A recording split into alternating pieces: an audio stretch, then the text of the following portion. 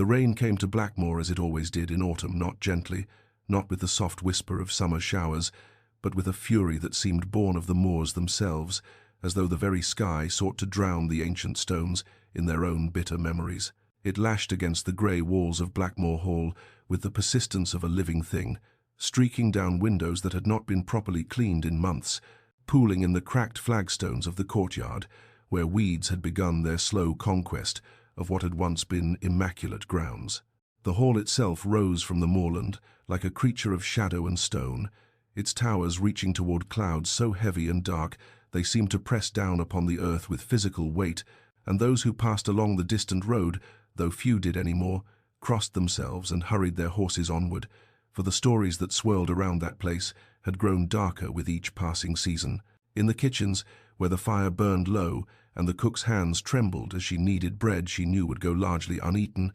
the servants spoke in voices barely above whispers, their words carrying the weight of accumulated dread. "He walks again," muttered Thomas, the aging footman who remembered brighter days, who remembered when laughter had echoed through these corridors and the young master had sketched flowers in the garden while his mother sang. "Heard him pacing half the night." "I did. Up and down the east corridor like a ghost himself." The housemaid Sarah clutched her rosary beneath her apron and said nothing, but her eyes darted toward the ceiling, as though the floorboards themselves might reveal the master's approach. They called him the Beast of Blackmoor now, though never within earshot, never where his shadow might fall across their trembling forms. The Duke, Marcus Ashworth, who had ridden away to war 3 years past as the golden hope of his family and returned 2 years ago as something else entirely. The servants had watched him descend from his carriage that grey morning,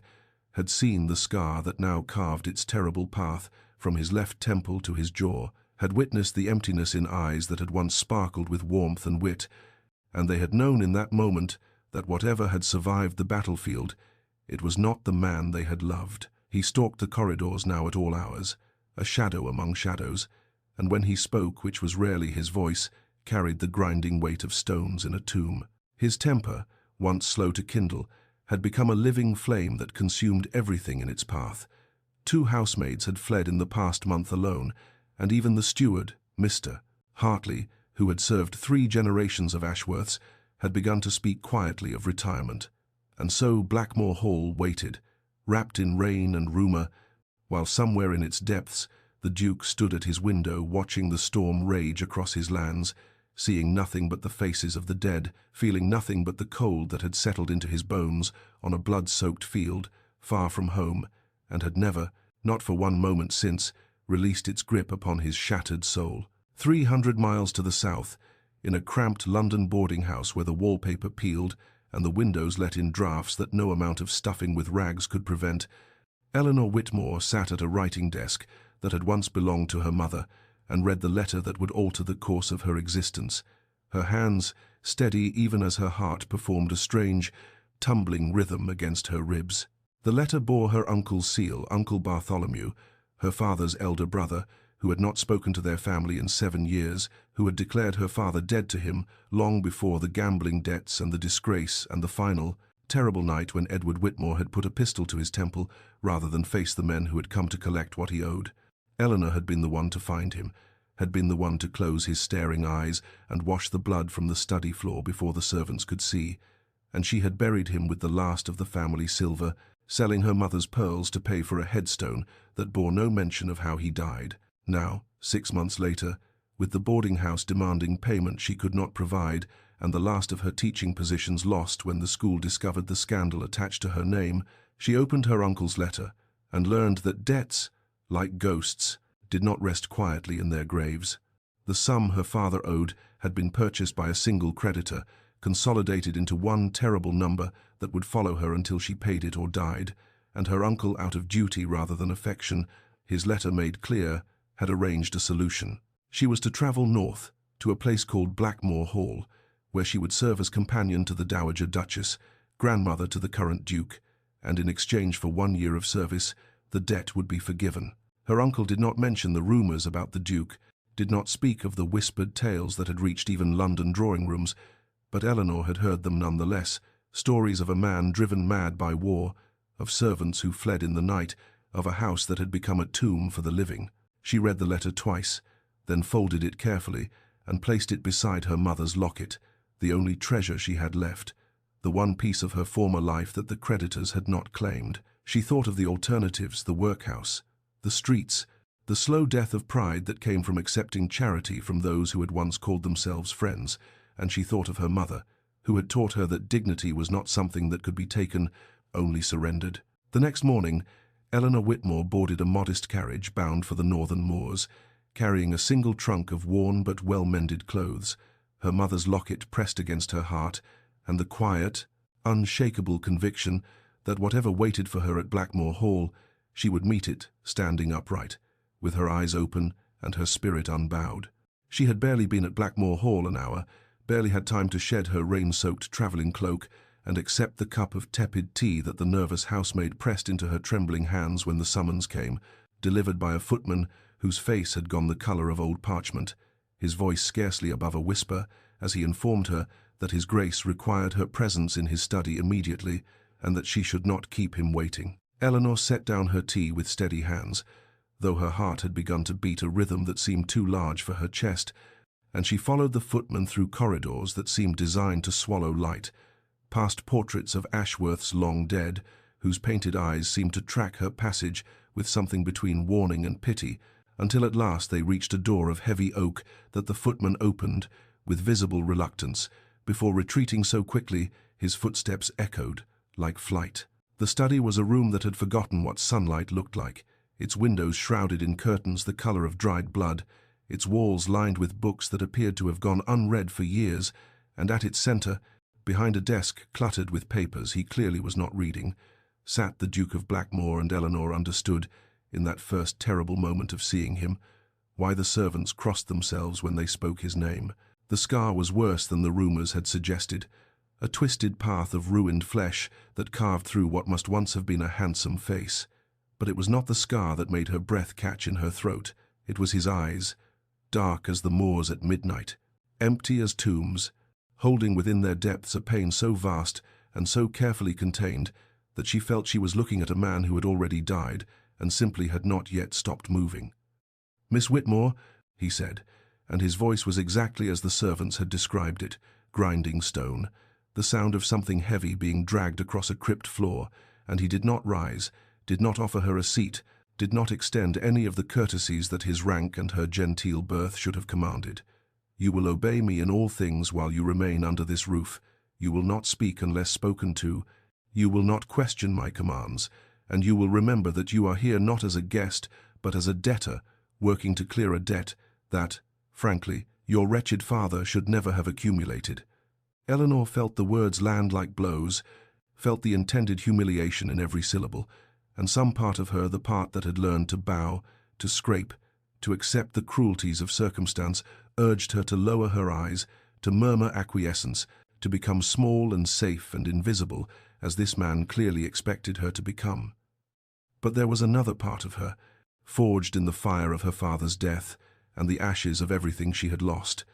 and it was this part that lifted her chin and met those empty, terrible eyes without flinching. "I am here to serve as companion to your grandmother, your Grace," she said, and her voice did not tremble, though her hands, hidden in the folds of her worn skirt, had begun to shake. "That duty I will fulfill with diligence and care, for I am told she is a woman deserving of both, but I am not a hound to be commanded, and my obedience extends only to what is reasonable, honourable, and within the bounds of the arrangement my uncle has brokered." For a long moment the Duke simply stared at her, and Eleanor watched something flicker in those dead eyes, surprise, perhaps, or the ghost of some emotion he had long since learned to bury, and when he spoke again, his voice had not softened, but something in its grinding quality had shifted, as though a stone had been moved a fraction of an inch from its accustomed place. "You may go," he said, and turned away from her, dismissing her as one might dismiss a servant. But Eleanor, as she walked from that dark room with her dignity wrapped around her like armour, knew that something had passed between them in that moment, something neither of them yet had words to name. The Dowager Duchess occupied a suite of rooms in the East Wing, where the morning light, on those rare occasions when the clouds parted enough to permit, it fell through tall windows onto faded carpets that had once been the colour of summer roses, And it was here that Eleanor was brought on her second day at Blackmore Hall, her nerves still raw from her encounter with the Duke, her mind still turning over the strange flicker she had witnessed in his hollow eyes, and what she found waiting for her in that sun-starved chamber was not the frail, pitiable creature she had expected, but a woman whose body had betrayed her, while her spirit remained as sharp and unyielding as a blade kept too long in its sheath. Lady Ashworth sat propped against a mountain of pillows in a chair by the window, her white hair arranged with care that spoke of vanity not yet surrendered, her eyes the same dark shade as her grandson's, but alive, burning with intelligence and something that might have been mischief fixed upon Eleanor with an intensity that seemed to strip away pretense and peer directly into the marrow of the soul. "So you are the lamb my grandson has brought to his slaughterhouse," the dowager said, and her voice, though thin with age, carried the unmistakable authority of a woman who had spent decades commanding households and shaping the fates of lesser beings. "Come closer, child. Let me see what manner of creature dares to look Marcus Ashworth in the eye and speak of honor." Eleanor approached, and something in the old woman's gaze softened not into pity, which Eleanor could not have borne, but into recognition, as though she saw in this worn but unbowed young woman an echo of something she herself had once been, long ago, before age and loss had carved their marks upon her. "You have your mother's locket at your throat," the dowager observed, and when Eleanor's hand flew instinctively to the gold oval that hung against her breast, the old woman smiled a small, sad smile that held within it the weight of years. "Oh yes, I knew your mother. Child, we debuted the same season, Margaret Harding and I, before she became Margaret Whitmore and threw away her prospects on a charming wastrel, and before I became the Duchess of Blackmore and learned that even the highest titles cannot protect us from the cruelties of fate." In the hours that followed, as the grey rain continued its endless assault upon the windows and the fire crackled low in the grate, Eleanor listened as the dowager spoke of the past of Blackmore as it had been, full of light and music and the sound of children's laughter, of Marcus as a boy who had loved to draw, who had spent hours in the gardens sketching flowers and dreaming of beauty, who had wept when his father told him that art was no occupation for a future duke and sent him away to learn the business of war instead. "He came back to me broken," the dowager said, and for the first time her voice trembled, cracking along fault lines of grief too deep to fully hide, "and I have watched him build walls so high and so thick that I fear even I can no longer reach the boy I loved, the boy who used to bring me wildflowers and tell me stories he had invented, the boy who believed the world was good." Eleanor felt something shift within her chest, a loosening of the armor she had built around her own wounded heart, and when she took the dowager's thin, papery hand in her own, she understood that her purpose here might be larger than the mere clearing of a debt that perhaps, in this house of shadows, she had been brought not just to serve but to witness, and perhaps, though she dared not yet hope it, to heal. Weeks passed at Blackmore Hall, measured not in the turning of calendar pages, but in the slow accumulation of grey mornings and greyer afternoons, in the endless percussion of rain against stone that had become so familiar, Eleanor sometimes forgot to hear it, and in this strange suspended time, she found herself becoming a student of the household's hidden rhythms, a collector of small observations that she gathered like shells upon a shore, each one a fragment of a larger mystery she could not yet name. She learned to read the servants' faces, to recognize the particular quality of silence that descended when the Duke's footsteps echoed in a distant corridor, the way maids would press themselves against walls as though hoping to become invisible, the manner in which the butler, Mr. Crane,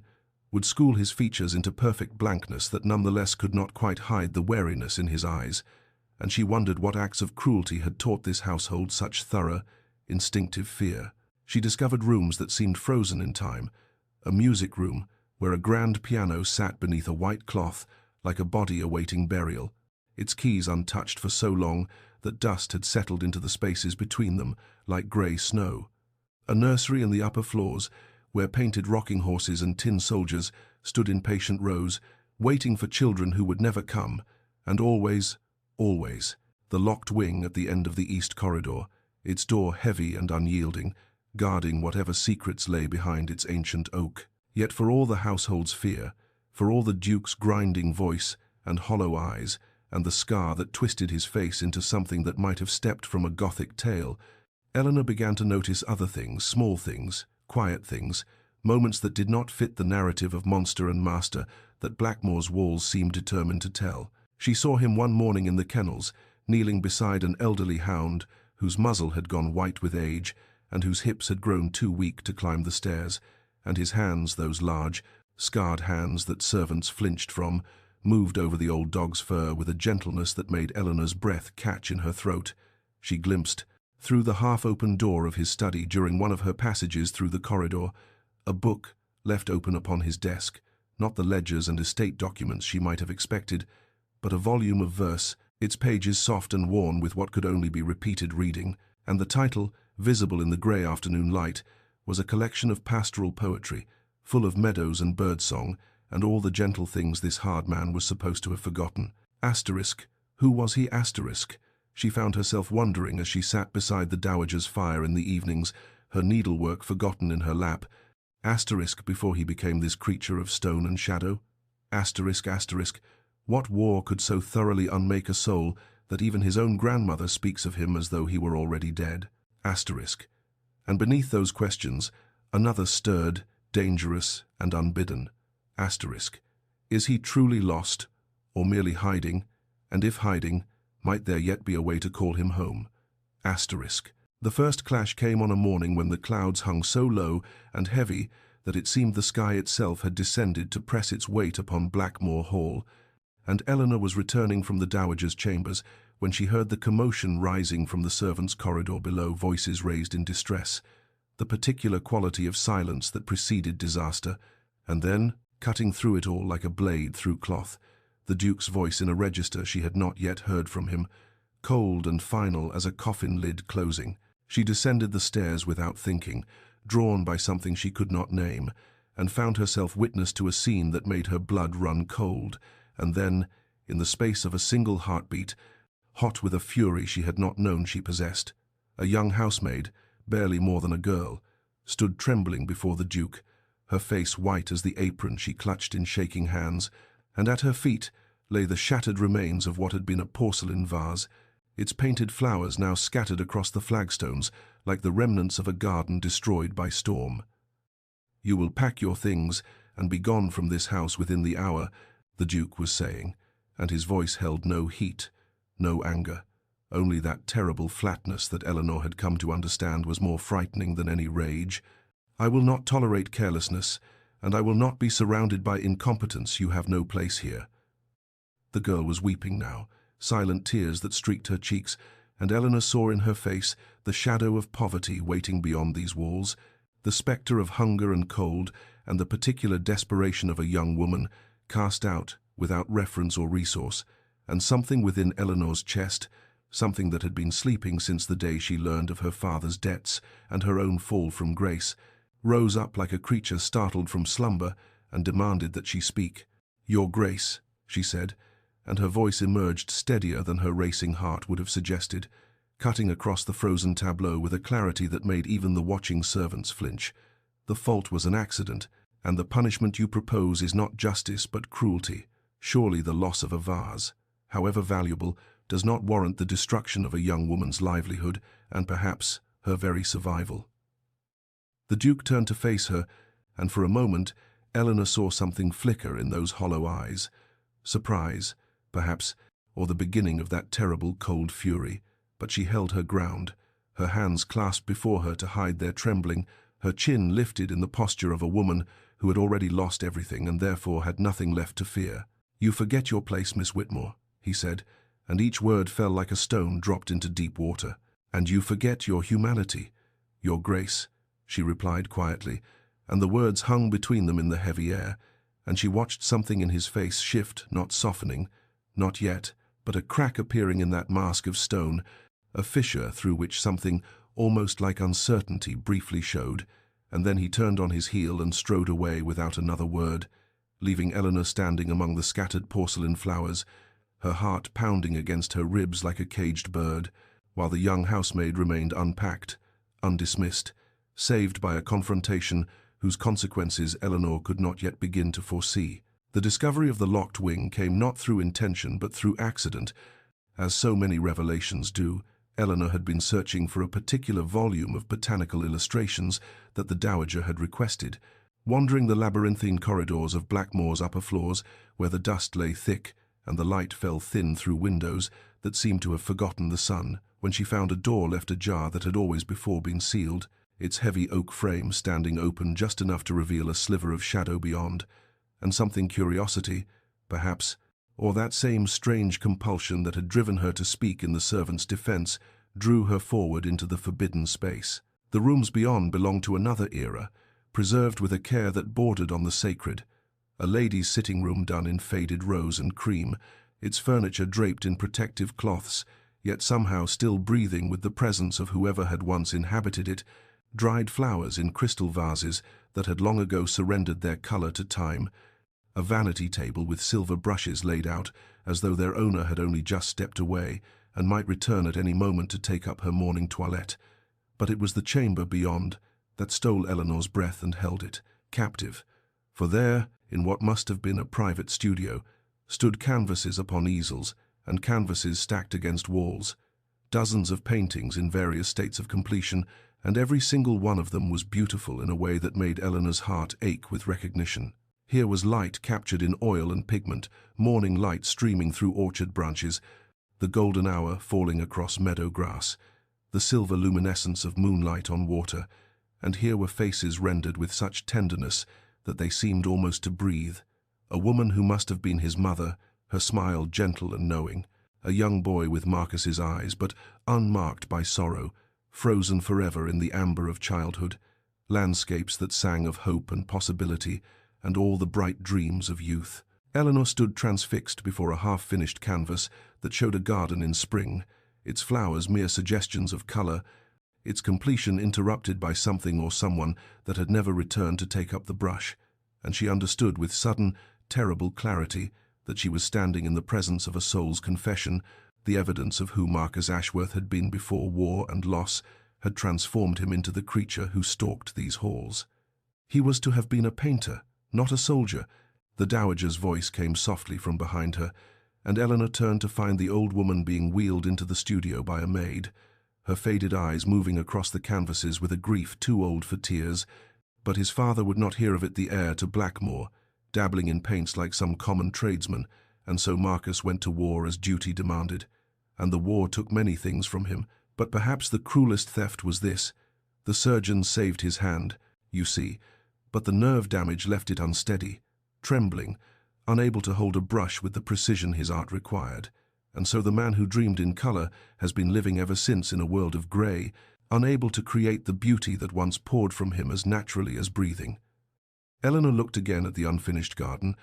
at the ghost of spring forever waiting to bloom, and felt her understanding of the Duke crack open and reform into something deeper, something that encompassed not just the monster she had confronted but the artist he had been, the dreamer whose dreams had been stolen not once but twice, first by duty, then by war, and she wondered if any wound could be deeper than the loss of one's truest self, the silencing of the voice through which the soul had learned to speak. As autumn deepened into the first whispers of winter, something shifted in the air of Blackmore Hall, subtle as the changing of the leaves, imperceptible to any who did not know to look for it, yet undeniable to those who had lived long enough within these walls to recognize the difference between silence born of fear and silence born of waiting. Eleanor first noticed the change on an afternoon when the light fell grey and soft through the Dowager's windows, and she was reading aloud from a volume of Wordsworth, her voice weaving the poet's words into the quiet room, when she became aware of a presence in the doorway, not the hovering anxiety of a servant, but something larger, something that displaced the very air, and she looked up to find the Duke standing in the shadows of the corridor, his scarred face half hidden in darkness, listening with an expression she could not name but which held none of the coldness she had come to expect. And when their eyes met, he did not immediately withdraw as he once would have, but lingered for a moment that stretched between them like a held breath, before inclining his head almost imperceptibly and moving away, his footsteps echoing down the corridor with a rhythm that seemed somehow less urgent, less driven by the demons that usually pursued him. The incidents multiplied in the days that followed, small as scattered seeds yet accumulating into something that might, given time, grow, a morning when Eleanor stood at the window of the breakfast room watching the gardeners struggle against the frost, and the Duke entered and paused beside her, his voice rough with disuse as he observed that the roses would need additional covering if they were to survive the coming cold, a simple statement, requiring no response, yet offered like a gift wrapped in common paper. An evening when she discovered a book left on the table in the library, a collection of botanical illustrations with a slip of paper marking a page of winter hellebores, and though no note accompanied it, she recognized the gesture for what it was, a dinner at which he appeared for the first time in weeks, taking his place at the head of the table while Eleanor sat with the dowager, and though he spoke little, his presence alone seemed to lighten something in the old woman's eyes, and Eleanor caught him watching her across the candles with an intensity that made her pulse quicken in ways she dared not examine too closely. The household noticed, of course servants always notice, their observations traded in whispers and meaningful glances, and Eleanor became aware of the way the cook now prepared dishes she had once mentioned enjoying, the way the housekeeper no longer flinched when footsteps approached, the way the elderly hound had begun sleeping in the corridor outside the dowager's chambers, as though standing guard over something precious, and she understood that hope, like the first green shoots pressing through frozen earth, was beginning to stir in this house that had known only winter for so long, and she found herself afraid to trust it, afraid to believe that the cracks she had witnessed in the Duke's armor might widen into doorways, afraid most of all of the warmth kindling in her own chest times. Do not mistake necessity for affection, asterisk, she warned herself in the quiet hours of the night,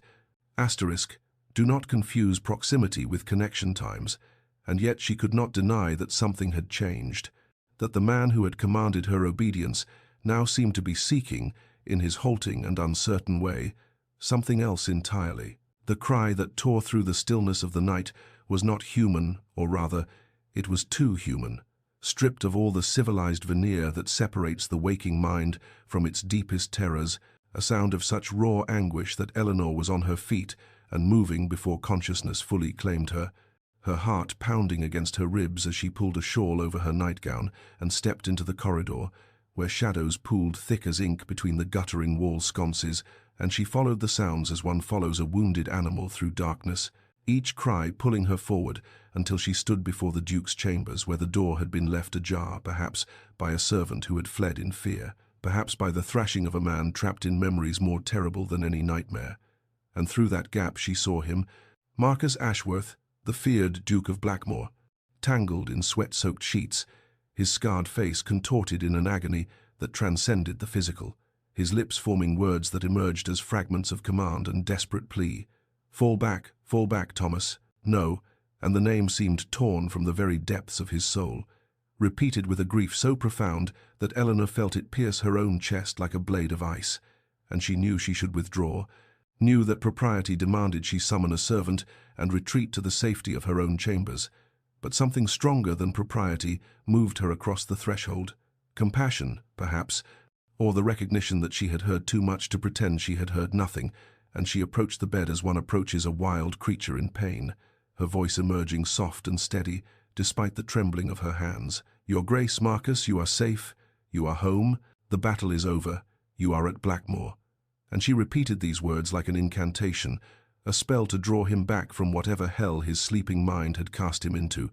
and gradually, so gradually, that she could not say when the shift occurred, the rigid terror in his body began to ease.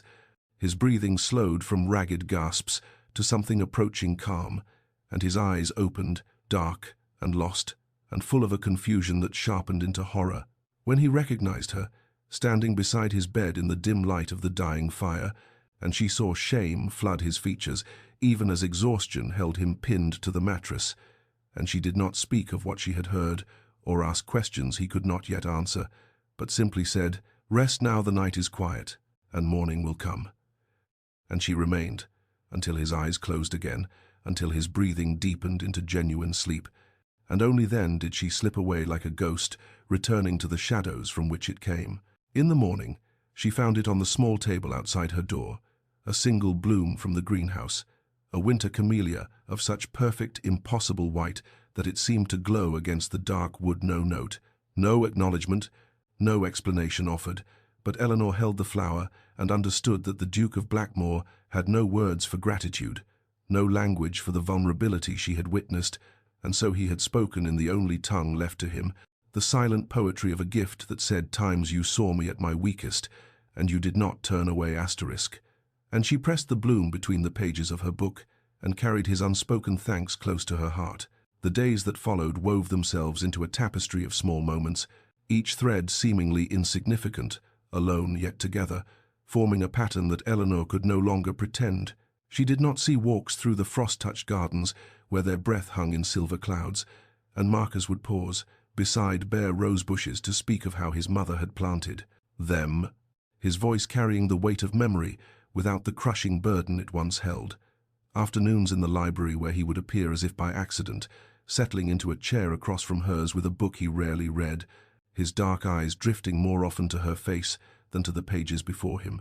Evenings when the dowager dozed by the fire, and Eleanor would look up from her embroidery to find him standing in the doorway, not entering, not quite leaving, suspended in that threshold space between solitude and connection, as though he were teaching himself, step by careful step, how to exist in the same room as another living soul, without armor, without walls, without the terrible readiness for pain that had become his constant companion since the war. And Eleanor watched this transformation with a tenderness she could not name, and a fear she could not silence, for she had begun to understand that the quickening of her pulse when he entered a room was not merely the residue of their early confrontations, that the warmth spreading through her chest when he offered one of his rare, hesitant, almost smiles, was not simply satisfaction at progress made, but something far more dangerous, something that whispered of futures she had no right to imagine, and feelings she had no permission to feel, and she would retreat to her chambers in the quiet hours and press her hand against her mother's locket and remind herself sternly that she was here as a companion to his grandmother. Nothing more, that men like the Duke of Blackmore did not form attachments to women like her, women of fallen circumstances and empty coffers, women whose only dowry was dignity and whose only inheritance was debt. Times do not be foolish. Asterisk. She chastised herself as she watched him cross the garden toward her one morning, the elderly hound limping faithfully at his heels. Asterisk. Do not mistake kindness for courtship.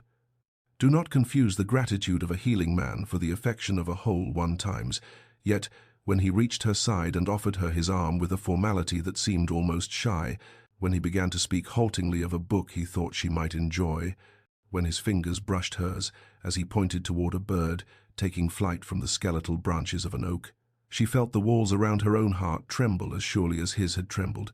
and she understood with sudden, terrifying clarity that somewhere in these weeks of small observations and careful conversations, of clashing wills and quiet truces, of witnessed nightmares and unspoken gratitude, she had begun to fall irrevocably, impossibly, dangerously for the beast of Blackmore Hall. The village of Ashworth Cross lay nestled in a shallow valley, some 3 miles from Blackmore Hall, a cluster of grey stone cottages and modest shops that seemed to huddle together against the bitter winds sweeping down from the northern moors. And it was to this village that Eleanor travelled on a crisp December morning, accompanying the housekeeper Mrs. Hartley on an errand to procure certain medicinal herbs. The dowager's physician had prescribed a journey that should have been unremarkable, a brief respite from the cloistered world of the great house, yet became instead a revelation that would alter the landscape of Eleanor's understanding, as surely as spring alters the face of frozen earth. She had not expected the whispers that followed her through the narrow streets, had not anticipated the way shopkeepers' faces would close like shutters at the mention of Blackmore Hall, had not prepared herself for the naked fear and hostility that rippled through the small crowd gathered near the village. Well, when someone recognized the Blackmore carriage waiting in the square, "That's the beast's household," a woman hissed to her companion, making no effort to lower her voice. "They say he's mad as his father was. Worse even, that he keeps servants locked in cellars when they displease him, that the screams can be heard on moonless nights." And Eleanor felt her spine stiffen as more voices joined the chorus of condemnation, weaving a tapestry of rumor and legend that bore so little resemblance to the man she had come to know that she might have laughed, had the cruelty of it not stolen her breath. Tales of violence and tyranny, of servants beaten and tenants evicted, of a curse that hung over Blackmore like a shroud, and through it all the refrain that the Duke was a monster, a beast in human form, better avoided, better forgotten, better left to rot in his lonely castle of stone, and something within Eleanor, something fierce and protective that she had not known she possessed, rose up like a flame against the wind. And before she could consider the wisdom of her words, she had stepped forward, her voice cutting through the gossip with a clarity that silenced the crowd. "You speak of a man you do not know. Repeat stories you have never verified. Condemn a soul you have never troubled to understand. The Duke of Blackmoor is not the monster of your tales, but a man wounded by war and loss, a man who tends to his ailing grandmother with devotion, who shows kindness to those who serve him, who carries burdens of grief you cannot imagine. Shame on you for feasting on rumor when truth starves at your door." The silence that followed was absolute, broken only by the winter wind, and Eleanor felt the weight of every stare upon her, but heavier still was the gaze she discovered when she turned toward the carriage, for there stood Marcus himself, having ridden into the village on some errand of his own, his dark eyes fixed upon her with an expression she could not decipher.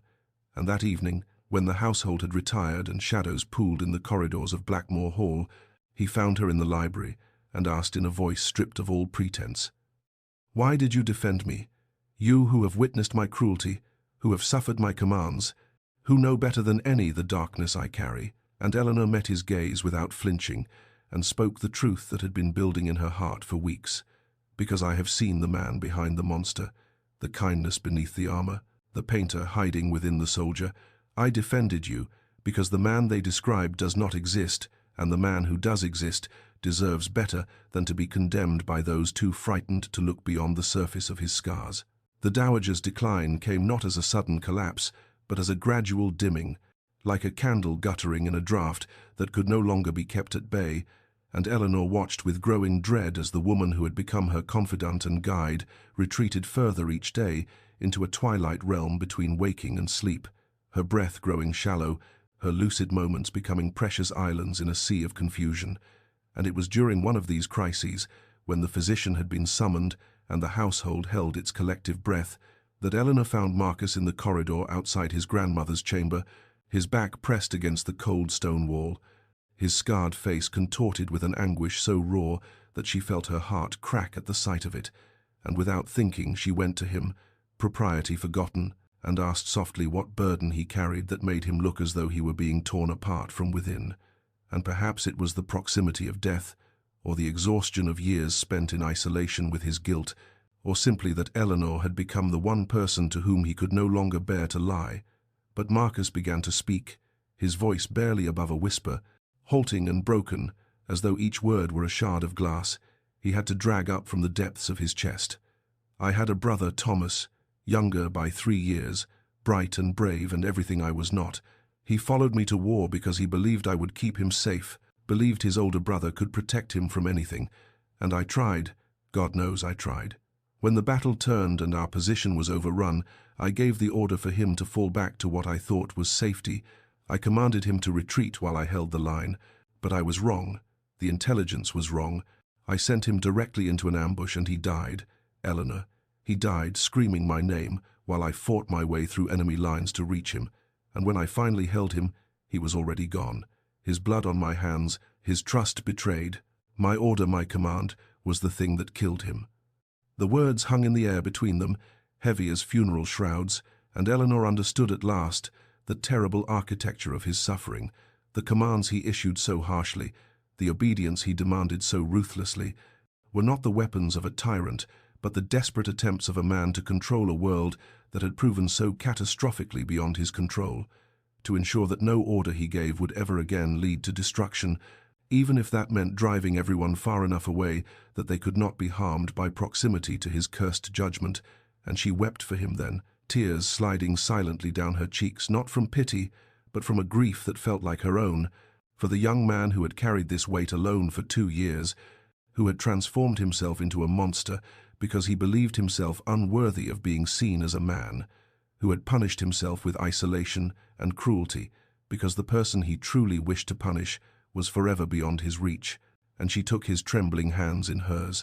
those hands that had once created beauty and had since known only war and guilt, and whispered through her tears, "It was not your fault. It was war. It was chaos. It was tragedy beyond any single man's control." Thomas would not want this half-life you've condemned yourself to, would not want his death to become the death of everything you might have been. The days that followed that moment of terrible intimacy in the corridor were marked by a withdrawal so complete, so deliberate, that Eleanor might have believed she had dreamed the entire confession, had she not still felt the ghost of his trembling hands in hers,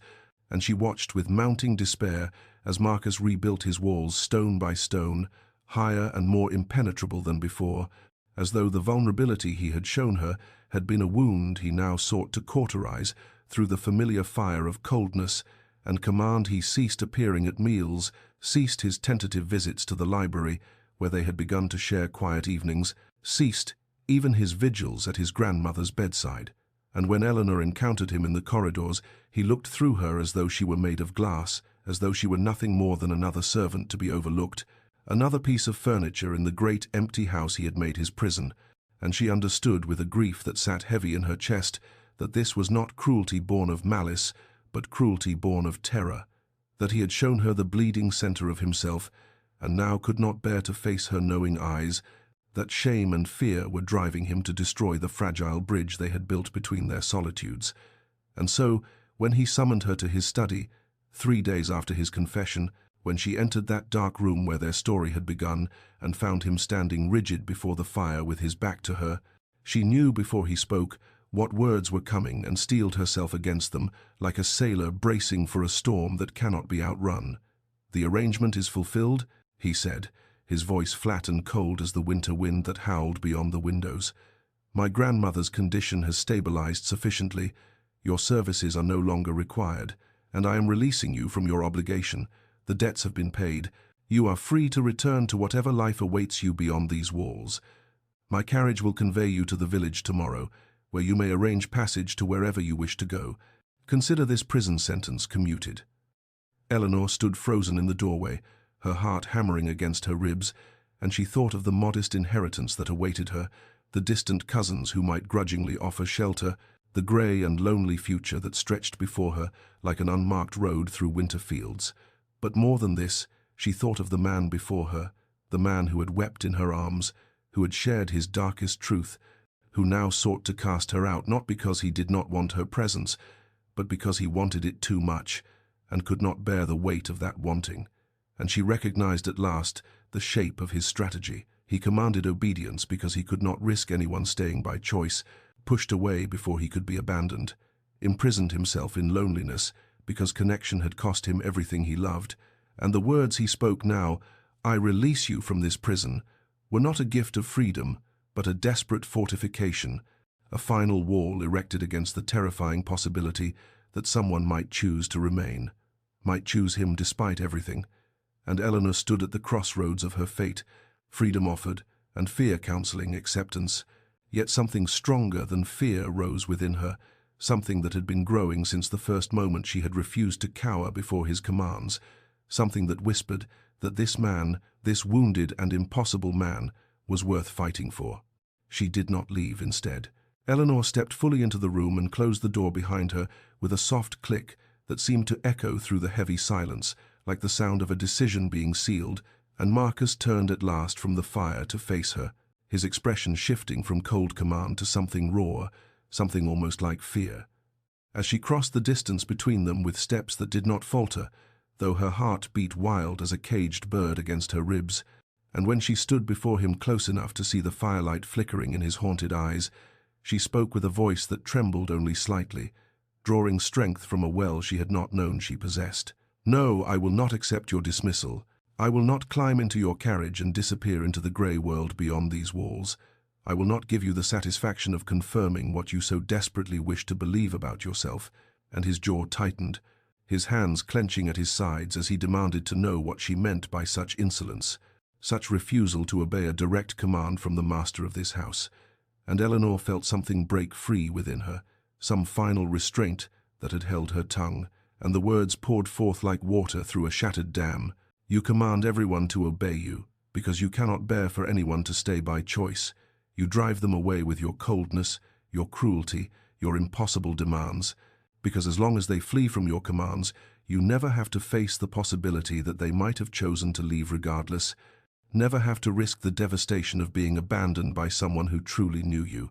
But I do know you, Marcus. I have seen you weep for a brother you could not save, seen you gentle a frightened hound, seen you stand in the shadows listening to poetry as though the words might somehow reach whatever part of you still remembers how to feel. And I am telling you now that I choose to stay, not from obligation, not from the arrangement that brought me here, not from pity or duty or any force external to my own heart, but from recognition of your worth, from the certainty that beneath the beast you have made yourself into, there lives a man worth knowing, worth fighting for, worth— And here her voice finally broke, the words catching in her throat as tears spilled down her cheeks. Worth loving, though you have done everything in your power to make such love impossible. And Marcus stood before her as though struck, the rigid mask of command crumbling from his features to reveal the devastation beneath. And when he spoke, his voice was barely a whisper, cracked and hollow as an abandoned house. Why would you want such a broken thing? I am shattered, Eleanor. I am ruins and rubble, and guilt that will never be absolved. I have nothing to offer you but darkness and a name stained with blood and failure. And Eleanor reached up to touch his scarred cheek, her fingers gentle against the evidence of all he had survived, and whispered back with a certainty that seemed to come from somewhere beyond herself. Because broken things can heal, because the cracks are where the light gets in, because I have been broken too, by loss and poverty and the weight of obligations I never chose. And I have learned that healing does not mean becoming whole again, but learning to live beautifully with our fractures. And I would rather stand in your darkness and search for dawn together than walk alone through all the grey and tepid light the world outside might offer. The silence that followed her words stretched between them like a held breath, like the hush before thunder breaks, and Eleanor watched as something shifted in Marcus's expression, not the crumbling of walls this time, but something deeper, something foundational giving way beneath the weight of a truth he could no longer deny. And then, slowly, with a movement that seemed to cost him everything he had ever believed about himself, the Duke of Blackmoor, the feared master of this ancient house, the man who had commanded obedience from servants and soldiers and all who crossed his shadow, lowered himself to his knees before her, and Eleanor's hand flew to her mouth as tears blurred her vision, because she understood what this was, understood that this was not the kneeling of a man defeated, but the kneeling of a man surrendering, not to her power over him, but to the terrifying possibility of connection, of trust, of allowing himself to be seen in all his brokenness and believing that he might not be abandoned for it, his head bowed before her. This proud and wounded creature brought low not by force but by the simple revolutionary act of being loved without condition. And when he spoke, his voice was stripped of all command, all coldness, all the armor he had forged in the fires of war and grief and guilt. I do not know how to be what you deserve. I have forgotten the language of gentleness. I have made cruelty my native tongue for so long that kindness feels foreign on my lips. But if you would have patience with me, Eleanor, if you would teach me to be the man I was meant to be before the war, and the death and the endless howling guilt took everything from me, I would spend whatever years remain to me trying to become worthy of the grace you have shown me tonight. And Eleanor sank down before him, her skirts pooling on the cold floor of the study, her hands reaching to cup his face and lift his eyes to meet hers, and she saw there not the beast who had terrorized his household, not the shadow that had stalked these corridors, but only a man wounded and weary, and desperately hoping against hope that redemption might still be possible for someone who had believed himself beyond saving. And she whispered, "You need not become worthy, Marcus. You need only become willing, willing to try, willing to fail, willing to let me stand beside you through the trying and the failing and the slow, difficult work of learning to live again." And he reached up to cover her hands with his own, his touch gentle as she had always known it could be, and for a long moment they knelt together before the dying fire, two broken people choosing each other, not despite their fractures but because of them, and the power that had defined their earliest encounters his commands, her defiance transformed in that moment into something far more precious, a partnership forged not in domination but in mutual surrender, not in obedience but in choice. And outside the winter wind still howled against the ancient stones of Blackmoor Hall, but within that dark study something new had kindled, something fragile and brave and burning with the first tentative warmth of hope. The days that followed were tentative, as the first steps of a creature learning to walk again after long confinement, and Eleanor watched with quiet wonder as Marcus began the slow and painful work of emergence, he who had hidden so long in shadow now forcing himself toward light, though every step seemed to cost him dearly, and she understood that healing was not the dramatic transformation of fairy stories, but rather this: small choices made again and again, each one a victory against the weight of habit and grief and self-loathing that had governed him. For so long she saw it in the way he began taking his meals in the dining room rather than alone in his study, in the way he forced himself to meet the eyes of servants who had learned to look away, in the trembling effort it cost him to speak a word of thanks to the cook for a well-prepared dish. Such a small thing that would have meant nothing from another man, but from him was a revolution, and the household watched these changes with the wary hope of people who had been disappointed before, who had learned that storms could return without warning. But day by day, the tension in their shoulders eased, and something almost like warmth began to creep back into the halls of Blackmoor. Marcus rode out to visit tenants he had neglected for years, and Eleanor accompanied him on these journeys through the frost-hardened countryside, watching as he awkwardly inquired after families he had ignored, as he listened to grievances he had refused to hear,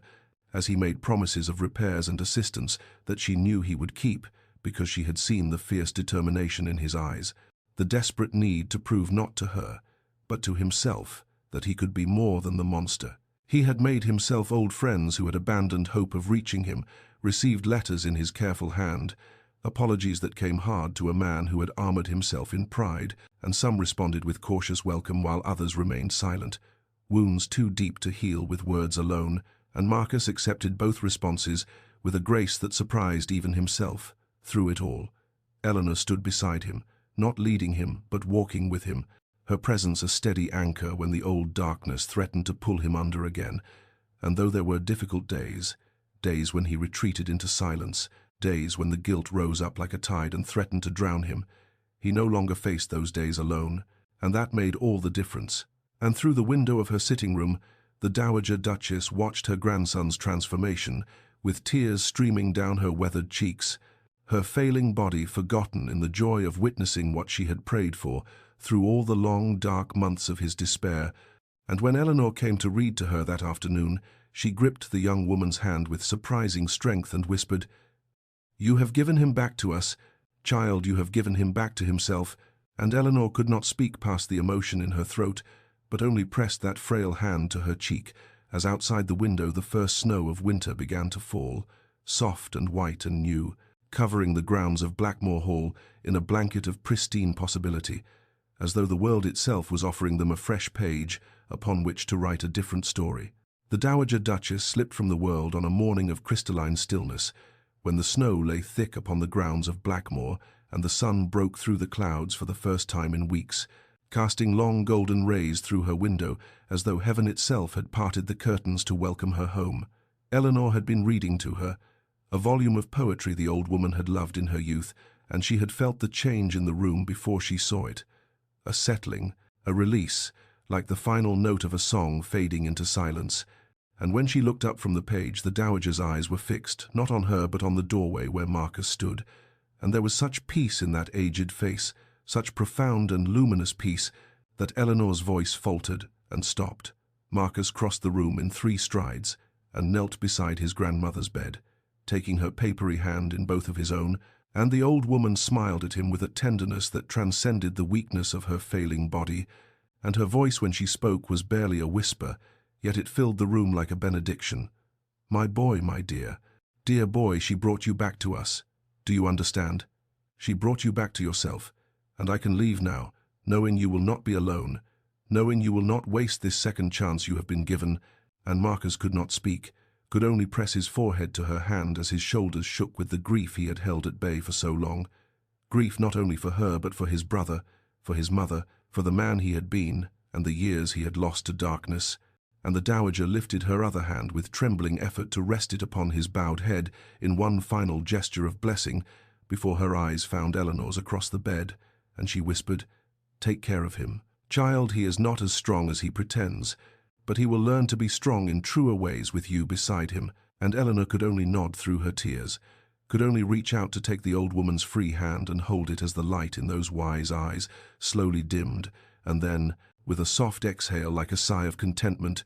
went out entirely and in the silence that followed Marcus wept as Eleanor had never heard a man weep, great tearing sobs that seemed to come from some place so deep within him that they had never before found their way to the surface, and she moved around the bed to kneel beside him and gathered him into her arms as he had never allowed anyone to hold him since childhood, and he clung to her as though she were the only solid thing in a world that had suddenly become unmoored, and she held him without words because there were no words for this, only presence, only the steady beating of her heart against his and the warmth of her arms reminding him that grief shared was grief that could be borne. And outside the window the sun continued to shine upon the snow-covered grounds of Blackmore Hall, as though in promise that even after the darkest winters, light would always return. Spring came to Blackmore Hall as though it had been waiting all along just beyond the gates, held back by the winter of grief and the longer winter of Marcus's despair, and now that both had begun to thaw, it rushed in with an almost desperate joy, painting the grounds in shades of green so vivid they seemed almost defiant, filling the air with birdsong that echoed through corridors too long accustomed to silence. And Eleanor stood at the window of what had been the dowager's sitting room, her sitting room now, for the household had quietly made the transition without being asked, watching the gardeners coax the long-neglected flower beds back to life, and she thought of all that had changed since that rain-lashed autumn evening, when she had first arrived at this forbidding place, with nothing but her mother's locket and her quiet dignity, and she pressed her hand to that locket now, as though drawing strength from it, for she knew that Marcus had been strange these past few days, distracted and nervous in a way she had never seen him, disappearing for hours into the locked wing, no, the once locked wing, for he had given her the key weeks ago and asked her to make those rooms her own, his mother's rooms that he had kept as a shrine to grief, but which he now wished to see filled with life again, and she had not yet ventured there, sensing that he was preparing something, and her heart beat with an anticipation she hardly dared name. When the door opened behind her, she turned to find him standing there with something clutched in his unsteady hands, his scarred face pale with an emotion she recognized as fear, and she understood suddenly that the man who had once commanded obedience from all who crossed his path was terrified of this moment, terrified of her answer to a question he had not yet asked, and she loved him so fiercely in that instant that it stole her breath. He crossed the room to stand before her, and his voice when he spoke was rough with the effort of vulnerability. "I have been a tyrant and a coward. I have commanded when I should have asked, and demanded when I should have offered, and I have no right to ask anything of you who have already given me more than I deserved. But, Eleanor, I find I cannot imagine my life without you in it, and so I am asking, not commanding, never commanding, only asking if you would consent to be my wife, knowing that I am still learning to be the man you saw hiding beneath the monster, knowing that I will fail sometimes and struggle often, knowing only that I will spend every day of whatever life remains to me trying to be worthy of you." And he opened his hands to reveal not a ring but a key, old and ornate, and he said, "This is the key to Blackmore, to all of it, to me, and I offer it to you freely, with no conditions, and if your answer is no, I will ensure you want for nothing for the rest of your days, but if your answer is yes, then everything I am and everything I have is yours." And Eleanor took the key from his trembling hands, and then took those hands in her own, and said simply, "Yes, Marcus, yes, not because you command it, but because I choose it, because I choose you, because I have seen your darkness and your light, and I want them both." And when he kissed her, it was with a tenderness that spoke of reverence rather than possession, and outside the windows of Blackmore Hall the spring continued its triumphant arrival, and somewhere in the gardens a nightingale began to sing. They were married on a morning in early summer, when the roses of Blackmore had burst into bloom with such profusion that their scent drifted through every open window, and Eleanor wore a gown of ivory silk that had belonged to Marcus's mother, altered lovingly by the household staff, who had once trembled at the Duke's approach, and who now wept with joy to see him standing at the altar with such naked hope upon his scarred face, and the chapel that had stood empty for years was filled with villagers who had once whispered of curses and monsters, but who had watched with wondering eyes as the forbidding Duke transformed before them, visiting their sick, remembering their names, becoming not the tyrant they had feared but the lord they had always needed. And when Eleanor walked toward him on an aisle strewn with petals from gardens she had helped restore to life, Marcus looked upon her with an expression that those who witnessed it would remember for the rest of their days an expression of such profound gratitude and such trembling joy that even the oldest among them felt tears upon their weathered cheeks. And months passed, sweet months filled with the small miracles of a life rebuilt, and Blackmore Hall became unrecognizable to those who had known it in its years of shadow, for light streamed through windows that had been shuttered for a decade, and laughter echoed in corridors where servants had once crept in terror, and the piano that had stood shrouded in cloth since before the war now sang beneath Eleanor's fingers each evening, while Marcus sat nearby with sketchbook in hand, for he had begun to draw again, tentatively at first, and then with growing confidence, his subjects no longer the darkness that had haunted him, but the light he had found. Eleanor, reading by the fire. The old hound stretched contentedly before the hearth,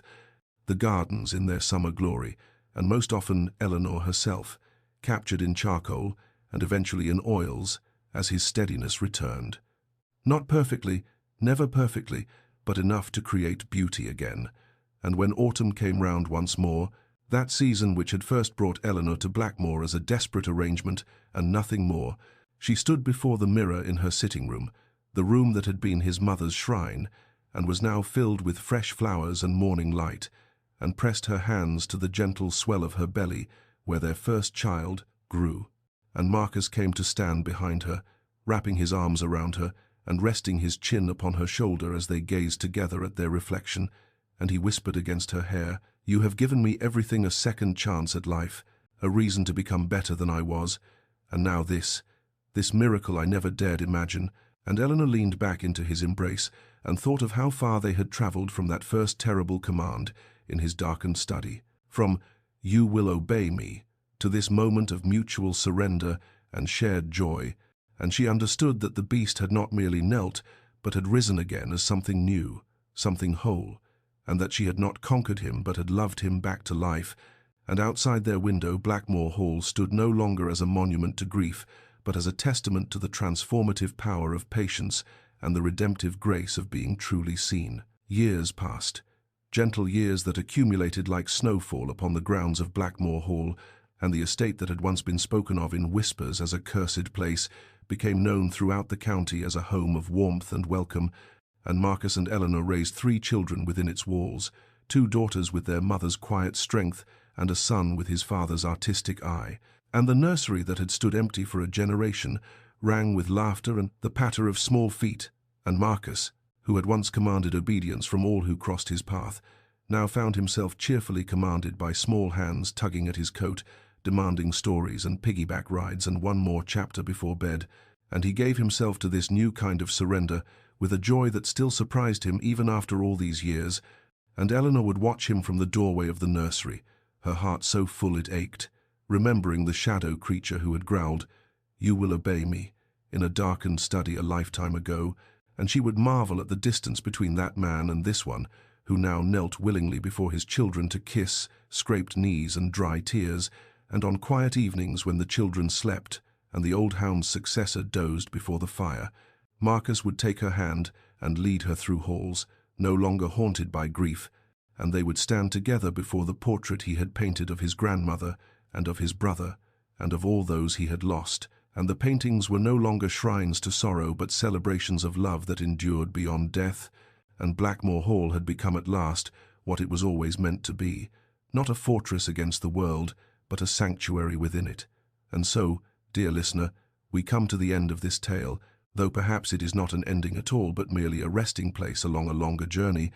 for the truth this story offers is one that echoes beyond the walls of any single hall,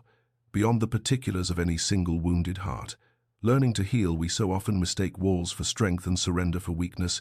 We armor ourselves against hurt and call it protection, when really it is merely a slower kind of dying, and we demand obedience because we cannot bear the terror of asking for love and being refused. But here is what Eleanor understood and what Marcus learned, that true strength lies not in commanding others to kneel, but in having the courage to kneel ourselves, to say, "Here I am," broken and frightened and hoping, to allow ourselves to be seen in our entirety and trust that we might still be chosen. This is the bravest thing any human heart can do, and it is the only path to the connection we so desperately need. So if you find yourself behind walls of your own making, if you have become a beast to hide the wounds you cannot bear to show, know that somewhere there is patience enough to wait for you, and grace enough to see past the thorns to the garden within. And may you find the courage to let those walls fall, and may you discover that surrender is not defeat, but the beginning of everything worth having. And may you rest now, dear listener, and dream of spring.